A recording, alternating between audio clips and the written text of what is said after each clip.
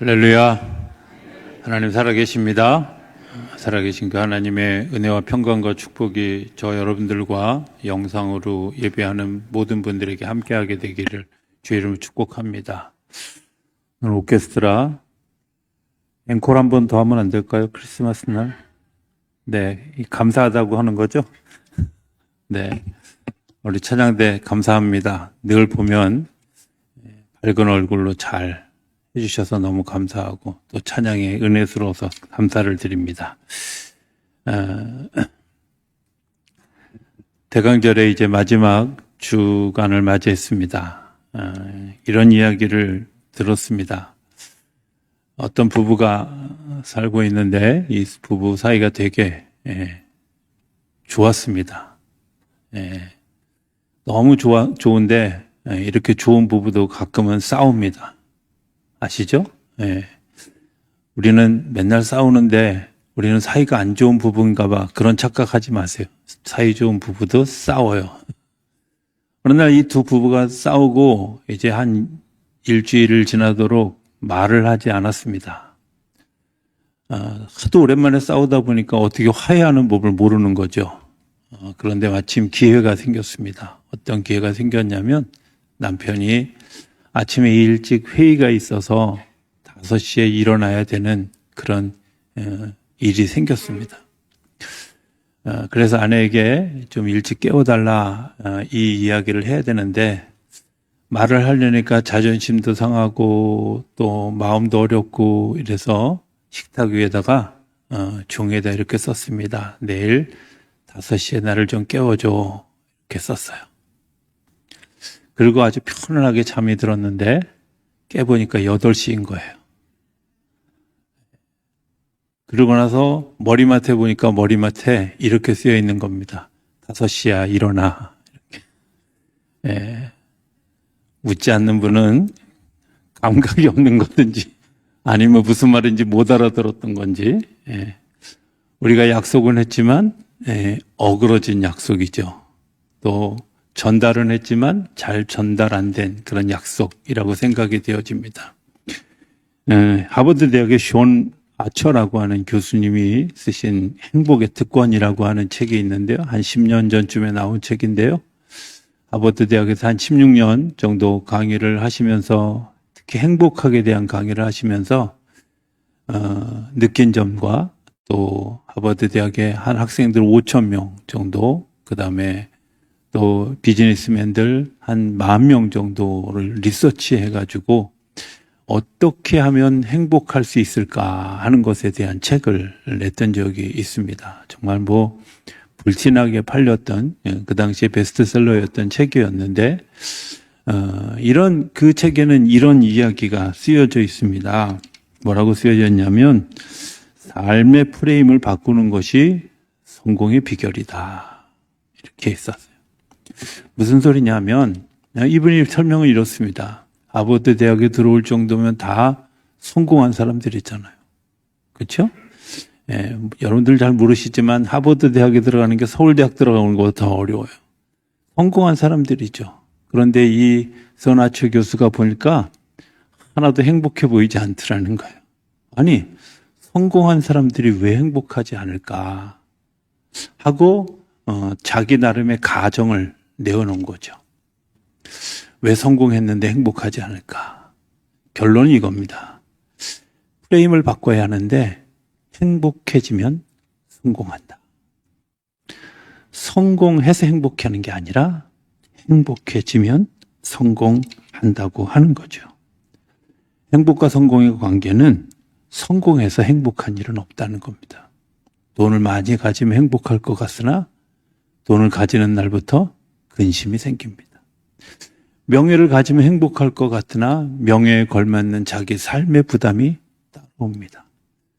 권력을 가지면 행복할 것 같은데 저는 우리나라 대통령의 웃는 얼굴을 본 적이 없습니다. 생각해 보면 권력은 행복을 차지하지 못하게 합니다. 이 소나처 교수의 얘기처럼 행복해진다고 하는 것, 그것을 경험하면 성공하게 된다는 거죠. 우리가 생각해 보면 그 공부하는 일도 그렇지 않아요? 공부하는 거 열심히 한다고 성적이 잘 나오는 게 아니더라고요. 내가 행복해야 공부하고 싶은 마음이 생기고 그렇게 공부해야 성적이 제대로 나오죠. 왜냐하면 예전에는 저희가 자랄 때는 다 사지선다형으로 물었는데 요즘은 창의적인 답을 요구하는 그런 질문들이 많아요. 시험 문제가. 제가 가끔 유튜브에 초등학교 학생들의 답안지 뭐 이런 거 보면서 야, 기상천외하다, 기발하다 이런 생각이 들 때가 되게 많이 있어요. 왜? 창의성은 내가 행복해 나오는 일이지 위축되고 내가 긴장하면 나올 수 없는 거라는 거예요. 우리가 생각할 때 위기라고 하는 것이 우리 속에 오면 그 위기가 우리를 위축되게 한다고 생각하지만 사실은 위기 속에 기회가 숨겨져 있는 겁니다. 우리가 흔히 이런 이야기를 합니다. 혼돈된다, 혼란스럽다. 그렇습니까? 혼돈과 혼란 속에 분명한 하나님이 빛을 비추어 주시는 기회가 있다고 하는 사실을 우리는 경험으로 알고 또 들어서 알고 체험으로도 알게 되는 거죠. 어떻게 생각하면 우리 오늘 김웅수 장로님이 기도한 것처럼 대단한 위기 가운데 우리나라가 있습니다. 그런데 그 위기 하나님께서 우리에게 주시는 지혜로 그리고 그 빛을 찾아가면 하나님께서 이끌어 주시는 아름다운 곳으로 우리의 삶을 이끌어 가게 하실 줄로 믿습니다. 하나님은 우리에게 분명한 약속을 해 주셔요. 뭐래? 행복할 것이다. 복될 것이다. 그리고 우리에게 복을 주셨다 하고 약속해 주셨습니다. 그 약속된 미래를 바라보고 약속에 대한 믿음, 그 믿음이 우리의 행복으로 이어지는 것이라는 것을 기억하실 수 있게 되길 바랍니다. 약속이라는 말 잘 생각해 보면 이런 겁니다. 성경은 말 그대로 약속입니다. Old Testament 혹은 New Testament라고 하는 말은 다 약속입니다. Old Testament는 오래된 약속이고요. New Testament는 새로운 약속이에요. 테스트먼트라는 말 자체가 약속입니다. 성경은 약속으로 되어져 있는 거죠. 성경 속에 보면 두 가지 약속이라는 단어가 나오는데 하나는 에판겔리아라는 단어와 하나는 디아데케라고 하는 단어가 있습니다. 디아데케라는 단어는 뭐냐 하면 일방적으로 선포되어진 것을 내가 믿으면 받아들여지는 일들이 디아데케입니다. 히브리서에 보면 이 디아데케를 뭐라고 표현하냐면 유언이라고 표현합니다.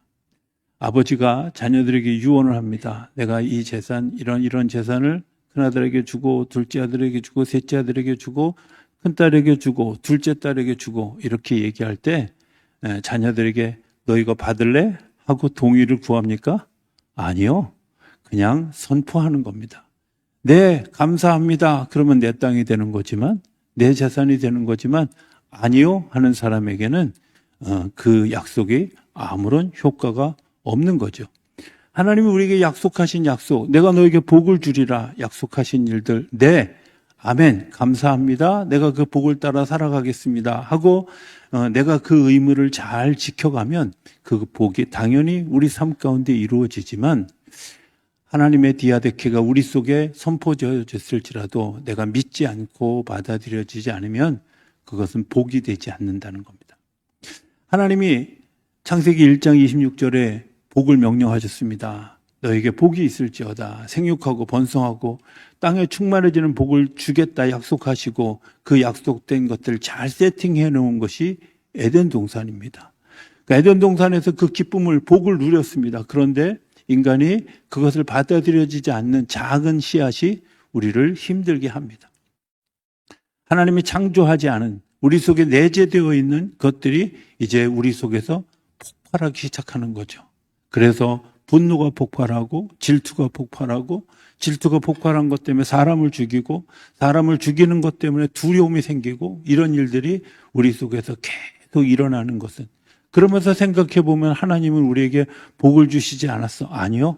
여전히 하나님은 그 속에서도 여전히 하나님의 복을 우리에게 주시기 위해서 부지런히 일하시고 말씀하시고 역사하시고 이끌고 가시고 하나님이 그 일들을 기획해 가신다는 거예요.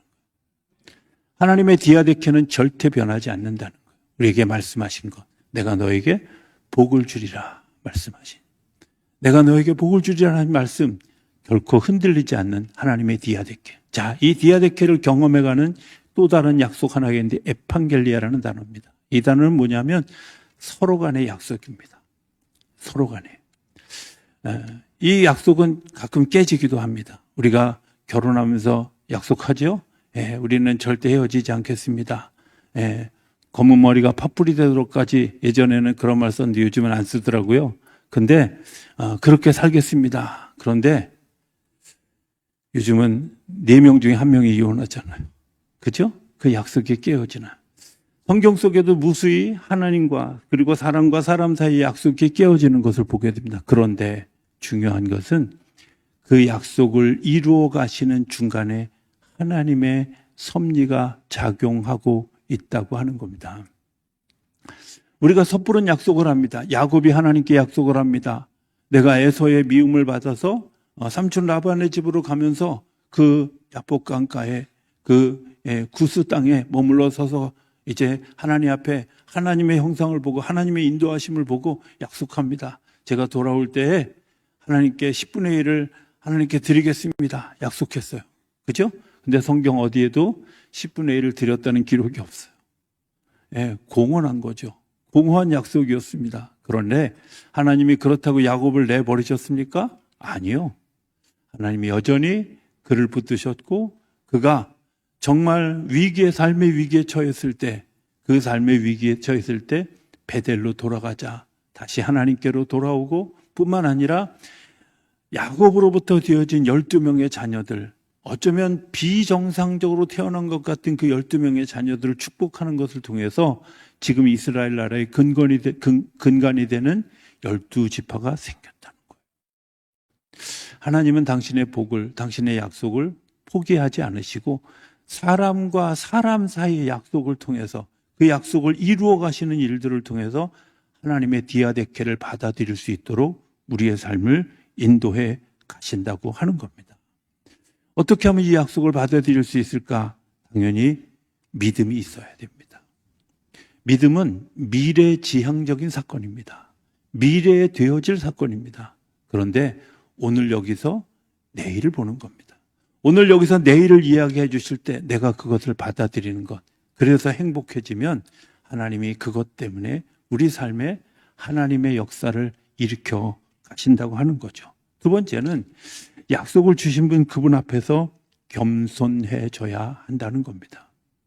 겸손해져야 되는 이유가 뭘까요? 간단합니다. 겸손해져야 우리의 마음과 우리의 머리가 움직여져 간다는 거예요. 내가 세상의 모든 것을 알고 있어. 내가 모든 것을 다 알고 있어. 죄송하지만 알고 있는 게 너무 많아서 머리 회전이 안 돼요. 내가 알고 있는 게 너무 많아서 내 생각들이 너무 많아서 엉켜서 돌아가질 않아요.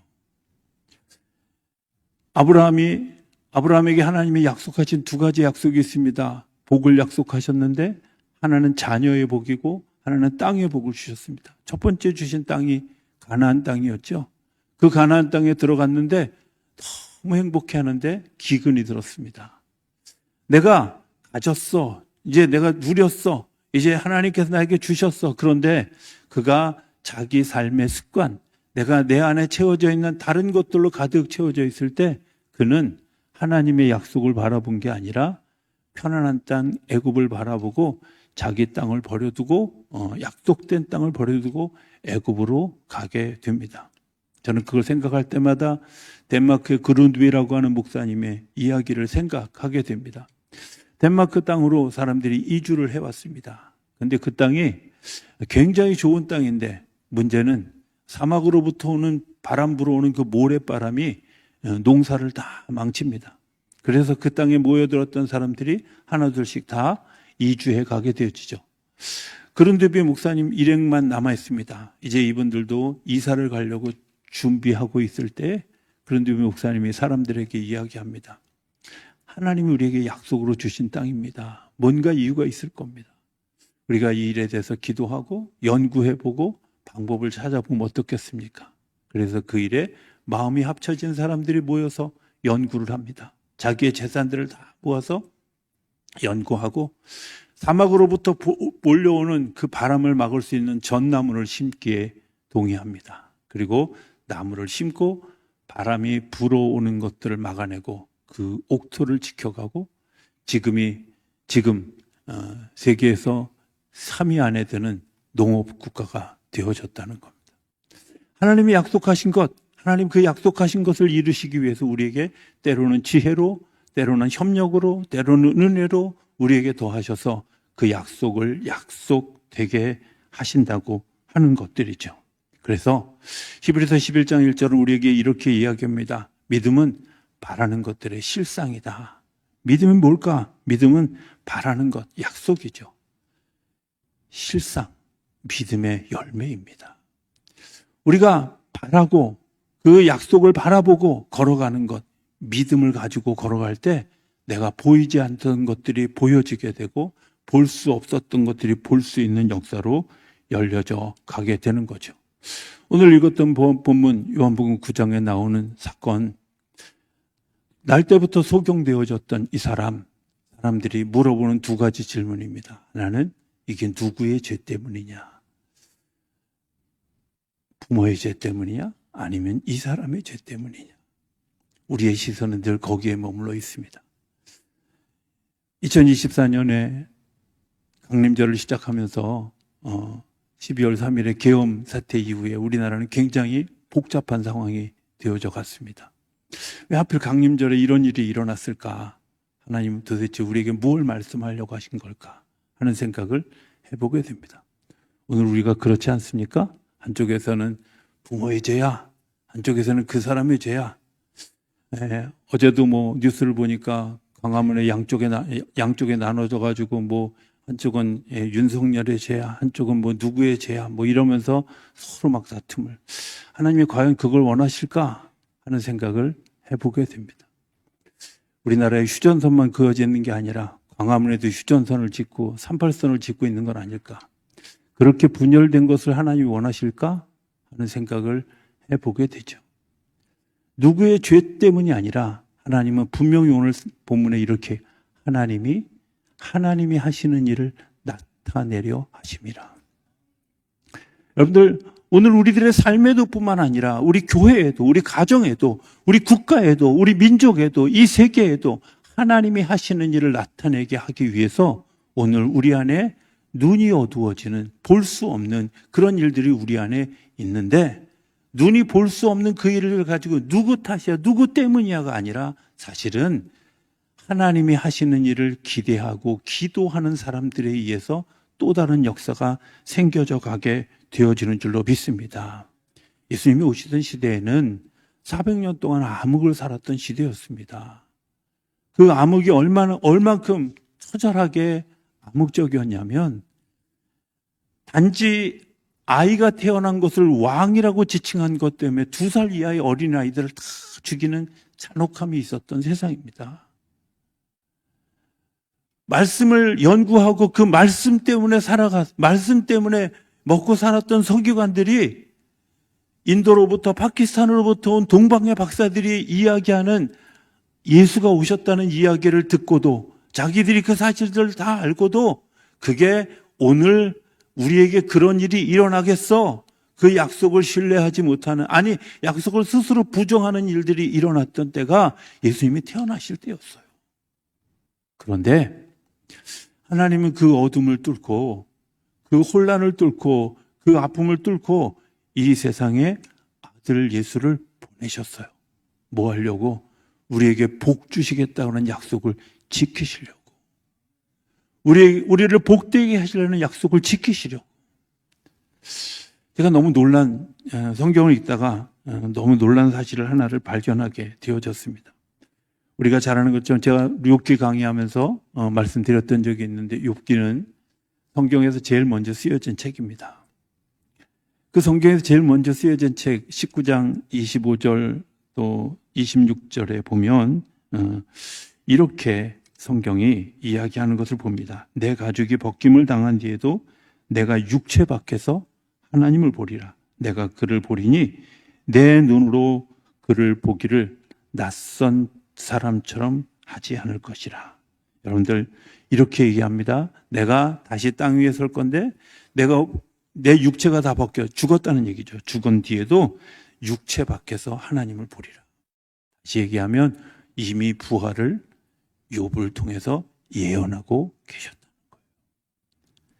이미 예수님이 오셔서 부활의 역사가, 그거는 부활의 역사가 일어난 것뿐이지, 이미 성경이 쓰여지는 그때부터 부활이라고 하는 것을 우리에게 약속해 주셨고 설명해 주셨고 말씀해 주셨는데, 그걸 믿음으로 받아들인 사람에 의해서 하나님의 역사가 일어났고, 그 일들이 오늘도 그 부활의 역사를 믿는 믿음으로 살아가는 사람들에게 부활의 열매로 나타나게 하실 줄로 믿습니다. 그게 예수님의 오심이 오늘 우리의 증거 아니겠어요? 어둠에 있을 때 빛으로 오셨습니다. 혼돈 속에 있을 때 질서의 하나님으로 오셨습니다. 지금은 되게 어려운 것 같고 힘든 것 같고 또 고통스러운 시간을 지나는 것 같지만, 하나님은 우리에게 약속해 주십니다. 내가 너를 복되게 하리라. 내가 너에게 평강을 주리라. 누가복음 2장 14절의 말씀처럼 하늘엔 영광, 땅엔 평화가 너희 가운데 임하리라. 이번 성탄절이 우리 모두에게 그런 성탄절이 되어줄 수 있게 되기를 기대합니다.